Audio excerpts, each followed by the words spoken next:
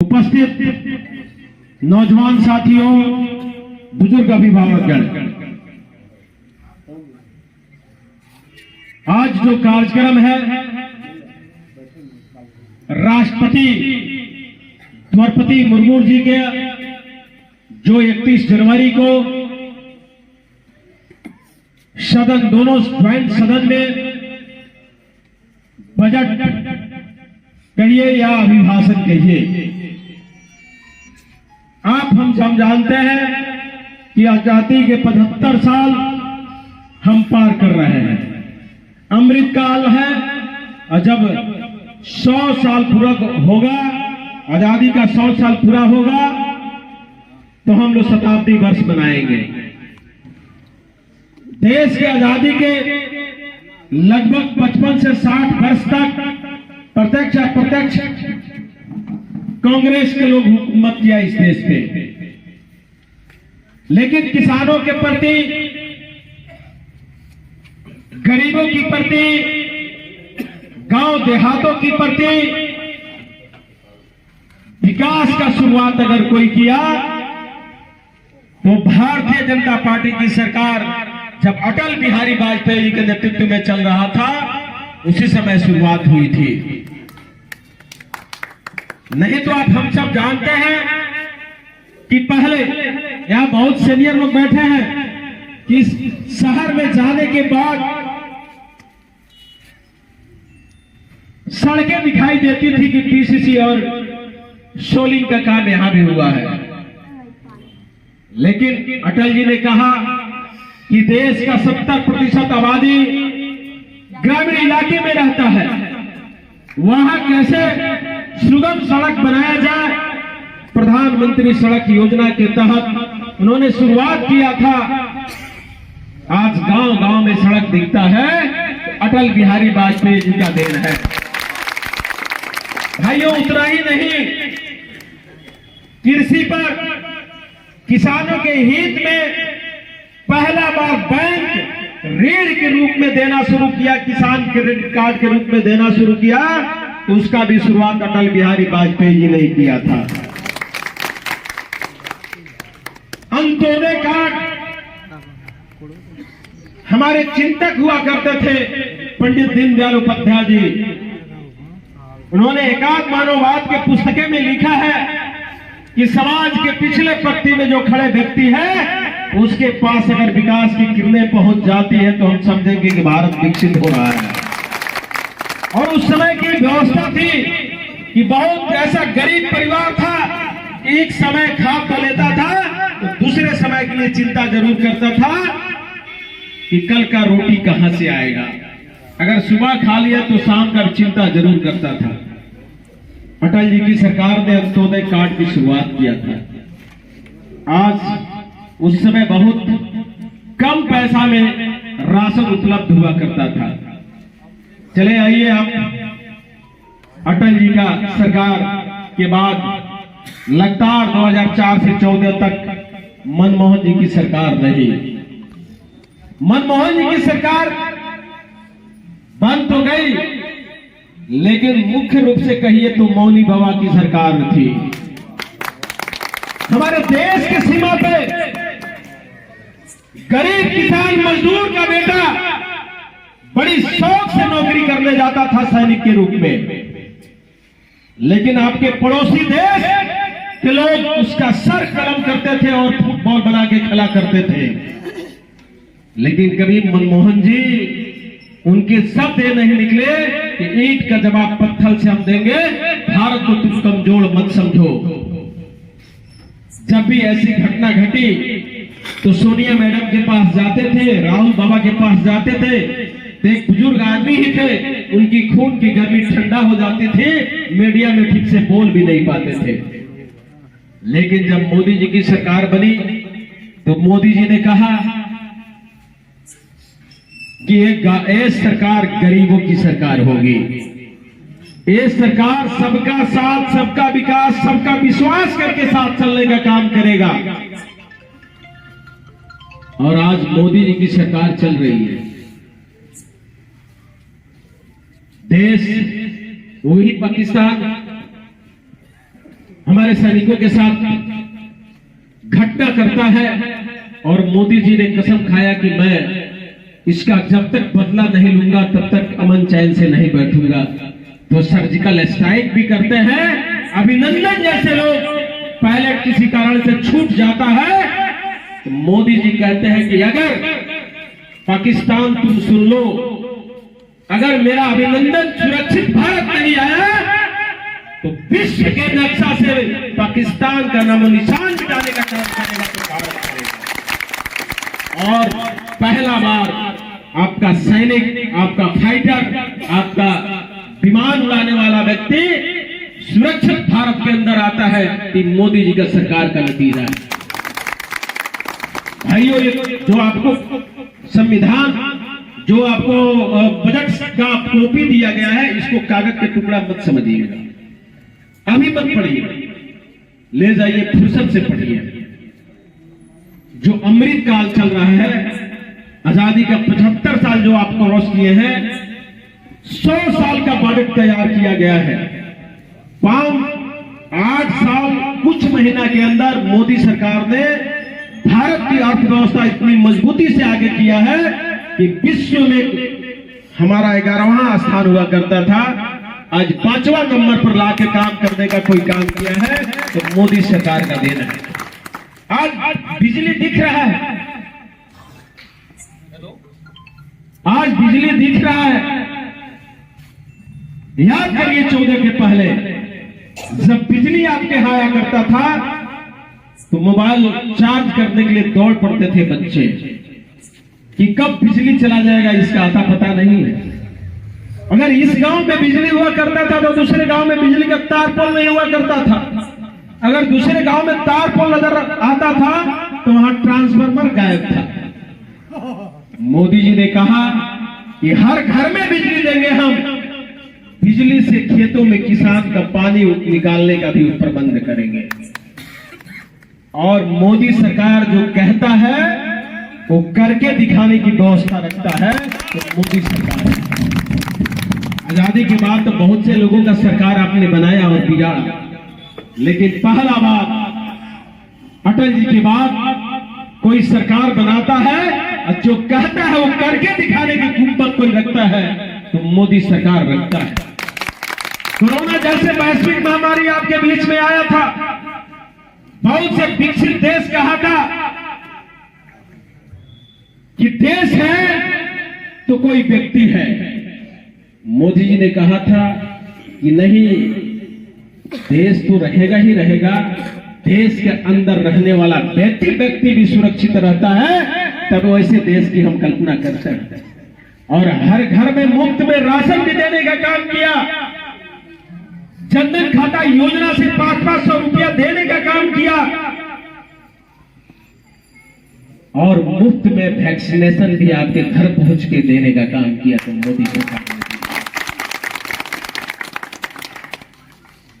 जनधन खाता योजना के माध्यम से जितने लाभ आपको गवर्नमेंट के मिलता है, जितना सब्सिडी आता है, क्या 1 रुपया का बार्गेनिंग होता है क्या? 1 रुपया का बार्गेनिंग होता है क्या? चाहे किसान सम्मान निधि हो, चाहे गैस का सब्सिडी हो, या बच्चे आपके पढ़ते हैं या बच्चे आपके बाहर जाके काम करते हैं, वो जनधन खाता में रुपया डालते हैं, आप 2 मिनट के अंदर जाके एटीएम से रुपया स्वीप कर लेते हैं। कि मोदी सरकार का देन है।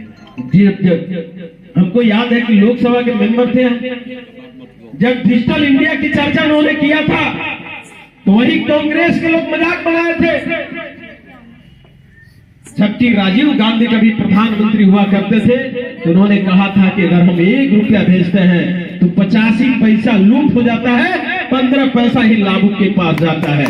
लेकिन आज किसान सम्मान निधि हो या कोई सरकार का सब्सिडी हो, एक आदमी बैठ के ट्रांसफर करता है, जितना रुपया तय है उतना ही आपके खाते में जाता है।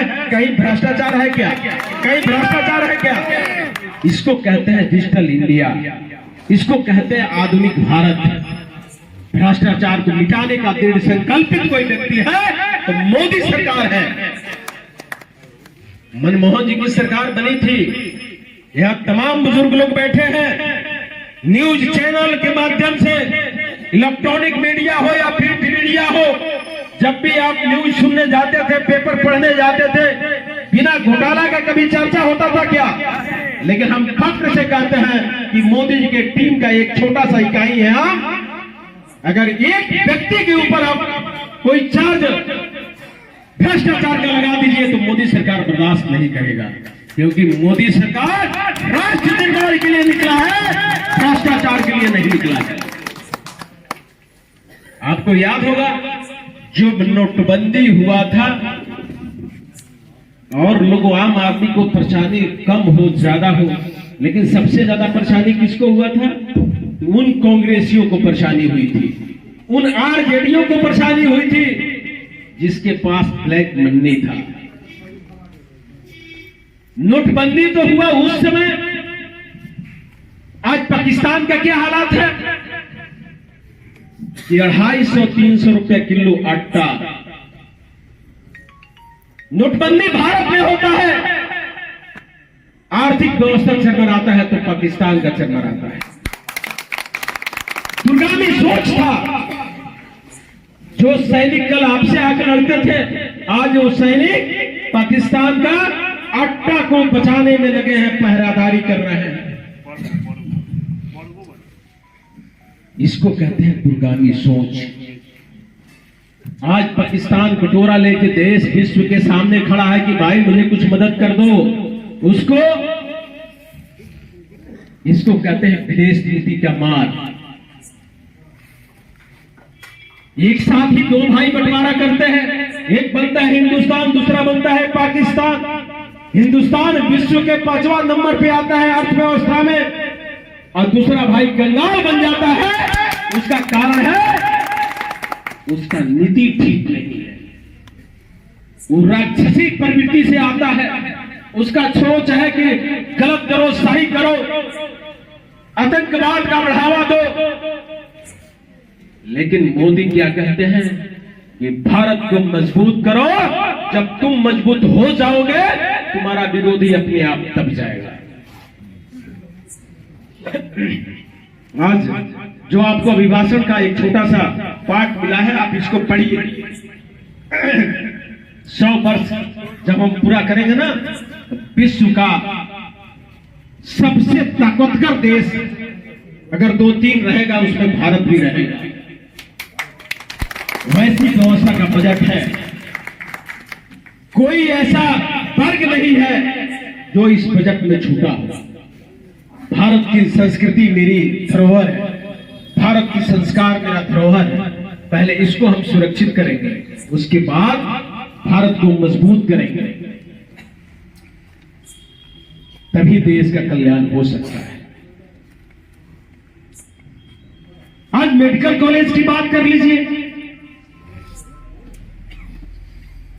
260 नया मेडिकल कॉलेज बनाने का कोई काम किया है 8 साल के अंदर, 9 साल के अंदर, तो मोदी सरकार ने किया है। आपके बगल का पड़ोसी प्रदेश है, 85 की 80 जिला का प्रदेश है, वहां 40 मुख्यालय हेडक्वार्टर, जिला हेडक्वार्टर पर मेडिकल कॉलेज बन चुका है। अगर आपके यहां मेडिकल कॉलेज अच्छा बन जाए तो क्या मरीज दिल्ली जाएगा? आपके घर बढ़िया विश्वविद्यालय बन जाए, टेक्निकल कॉलेज बन जाए, तो क्या बिहार के बच्चे दूसरे प्रदेश में जाएंगे? कहीं नहीं जाएंगे। क्यों जाएंगे भाई? वहां जो पढ़ाई शिक्षा मिलता है, हम जो वहां इलाज मिलता है, जब मेरे यहां मिलना शुरू हो जाएगा तो आखिर हम क्यों जाएंगे? उसका बजट है ये। बजट भविष्य का बजट है। जब आपके यहां के सैनिक आंतरिक रूप से सैन्य शक्ति का प्रदर्शन करने के काबिल बनाने के बजट है। इसलिए आप सब लोगों से निवेदन करने आए हैं, आयुष्मान भारत किसका है? काहे के लिए बना भाई? मनमोहन जी की सरकार 10 साल रही, उसके पहले भी सरकार रही। गरीबों का भी बीमारी पैसा का भाव में, इलाज का भाव में नहीं मरे, इसके लिए आयुष्मान भारत कार्ड बनाया गया। 50 करोड़ लोगों को डायरेक्ट लाभ देने के लिए स्वास्थ्य लाभ देने के लिए वो आयुष्मान भारत कार्ड योजना है। जिला मुख्यालय को एनएच देने का काम, कल तक हम केवल 2014 के पहले जब गोरखपुर जाते थे या मुजफ्फरपुर से आगे बढ़ते थे तो रेल का दोहरीकरण भी होता है, हम लोग जानते। बिजली से भी रेल चलती है, ये हम लोग वहां जाने के बाद देखते थे। लेकिन आज उत्तर बिहार में बिजली से ट्रेन चल रही है, हम देख रहे हैं। दोहरीकरण भी हो रही है, भी हम देख रहे हैं। ये मोदी सरकार का देना है। जब हम लोग बेतिया, पिपरा, कोठी से आगे बढ़ते थे पटना जाने के क्रम में, तब हम लोग को 4 लेन दिखता था, 2 लेन दिखता था। लेकिन आज बगहा से कम हम लौरिया पहुंच गए, लौरिया से कम बेतिया पहुंच गए।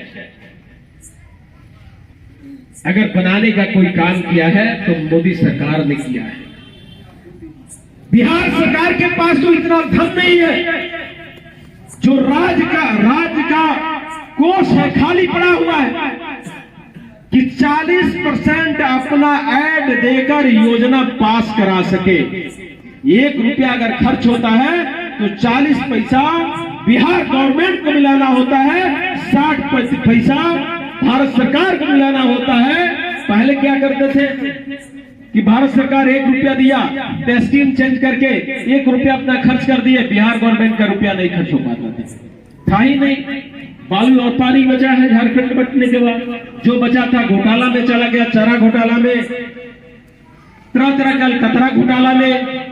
बिहार का खजाना तैसे भी खाली है और सरकार की नीति भी ठीक नहीं है। तो सरकार, केंद्र सरकार पॉलिसी बनाया कि जिस योजना जो खोलते हैं, अगर इस यहां से आपको मेन रोड पर जाने के लिए प्रधानमंत्री सड़क योजना का 10 करोड़ रुपया का स्कीम है, तो उस हेड में तुम 4 करोड़ रुपया जमा करके भेजो, हम 6 करोड़ रुपया दे देंगे। अब तुम हेड ट्रांसफर नहीं कर पाओगे, इसके पास 40% भी रुपया नहीं है कि काम करा सके। नीतीश जी, आपका चेहरा काला पड़ चुका है, आखिर क्यों? चलिए, बिहार सरकार की पॉलिसी है, बिहार सरकार करेगी 2025 में हम लोग चलटेंगे, उसके लिए तैयार बैठे हैं। लेकिन जो योजना बनी है अभी तक, भारत सरकार की जो योजना है, धारा 370 हटा, राम मंदिर बना, आप काशी कॉरिडोर का बात कर लीजिए, विंध्याचल की बात कर लीजिए, चित्रकूट की बात कर, हमारी संस्कृति है। यहाँ जब हमारा विकास होगा तो पर्यटक विदेशों से आते हैं। आप बनारस चले जाइए, पर्यटक आते हैं। पर्यटक जब आपके यहाँ आएंगे तो विदेश का रुपया जब आपके यहाँ खर्च होगा तो आय बढ़ेगा ना, बढ़ेगा कि नहीं बढ़ेगा? ताजमहल देखने आते हैं ना, लोग चादर चढ़ाने जाता है ना। जब विदेशी आएंगे उसके रहने के लिए व्यवस्था अच्छी होनी चाहिए, साफ सुथरा अच्छी होनी चाहिए। जो मुगल ने लूटा, जो बाबर ने लूटा, कुछ बचा तो अंग्रेज ने लूटा, और उनसे बचा तो कांग्रेसी ने लूटे, उसको सजाने का काम कोई करता है तो मोदी सरकार कर रहा है। तो पर्यटक कैसे आएंगे आपके यहाँ? पर्यटक जब आएंगे तभी पैसा आएगा ना। इसी बिंदु पर, सब बिंदु पर भारत सरकार, मोदी सरकार आज काम कर रहा है, करेगा भी। जब हम योजना बनाते हैं तो कहां किसी पर खास के लिए बनाते हैं? अंत्योदय कार्ड, यहाँ हिटलर साहब बैठे हैं, आपकी पंचायत में आपके जितने गरीब हैं का राशन मिलते हैं ना सबको, आयुष्मान भारत के कार्ड का लाभ मिलता है ना सबको, बेटी बचाओ बेटी पढ़ाओ का लाभ मिलता है ना सबको, मातृक लाभ जो दिया जाता है मिलता है ना सबको। एक्सीडेंट किसी का दुर्भाग्यवश हो गया तो उसका लाभ चाहे कोई जाति हो मिलता है कि नहीं मिलता है? 4 लाख रुपया। तो मोदी सरकार सबका साथ, सबका विकास, सबका विश्वास करके जाता है। लेकिन बीच में जो राजनीति करने वाले हैं, वोट की राजनीति करते हैं, तुष्टीकरण की राजनीति करते हैं, देश को बांटना चाहते हैं। लेकिन देश आज आपके न चाहते हुए भी काफी मजबूत हो रहा है। राहुल जी, भारत जोड़ो यात्रा उन्होंने शुरू किया था। मैं राहुल जी आपके माध्यम से, आप बैठे तमाम लोगों के माध्यम से जानना चाहता हूं कि देश को बांटा किसने कि आप जोड़ने चले हैं?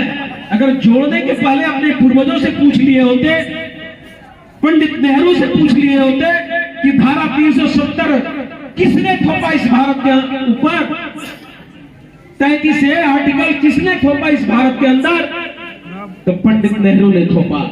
किसके चलते देश बना था, तो एक प्रधानमंत्री की कुर्सी के लिए देश बांटा गया था। 15 अगस्त को हम झंडा फहराते हैं और 14 अगस्त के रात में देश बट गया था। केवल प्रधानमंत्री की कुर्सी के लिए आपने देश को बांट दिया। तुष्टीकरण की राजनीति करने के लिए गद्दी पर बैठे रहे, इसके लिए आपने धारा 370 थोप दिया। आखिर क्यों? हिटलर साहब बैठे हैं, धारा 370 समाप्त नहीं होता तो क्या जाके जम्मू कश्मीर में जमीन खरीदने का इसको अधिकार था क्या? खरीद के घर बना लेते क्या? लेकिन वही पाकिस्तान का व्यक्ति शादी करके आएगा तो वहां घर बना सकता है। एक देश में 2 संविधान की जरूरत नहीं थी, एक देश में 2 निशान की जरूरत नहीं थी, एक देश में 2 कानून की जरूरत नहीं थी। उसको मिटाने का कोई काम किया, देश को जोड़ने का कोई काम किया तो मोदी सरकार ने किया है। आप तो देश जोड़ने की बात कर रहे थे ना, यही जमाना था। कभी आप पढ़े लोग यहाँ बैठे हमारे चाचा जी, उनको अनुभव भी होगा कि जब भी विदेश भेजना होता था इंदिरा गांधी को तो अटल जी को भेजती थी। अटल जी से वहां पत्रकार पूछता था कि आपके देश का नेता कौन है, तो अन्य नेताओं का नाम रखते थे। तो वो वहां का पत्रकार पूछा कि अरे इंदिरा गांधी का तो आपने नाम नहीं लिया, तो कहते थे कि इंदिरा गांधी मेरे देश के लीडर नहीं है, वो विश्व के लीडर में आते हैं, इसलिए मैंने उनका नाम नहीं लिया। वैसे विचारधारा के लोग बीजेपी के लोग हैं। लेकिन राहुल जी, आप तो जाते हैं दूसरे देश में तो भारत की लोकतंत्र में प्रश्न खड़ा करते हैं, भारत की सर नीचे करने का काम करते हैं और माफी मांगने से भागते हैं।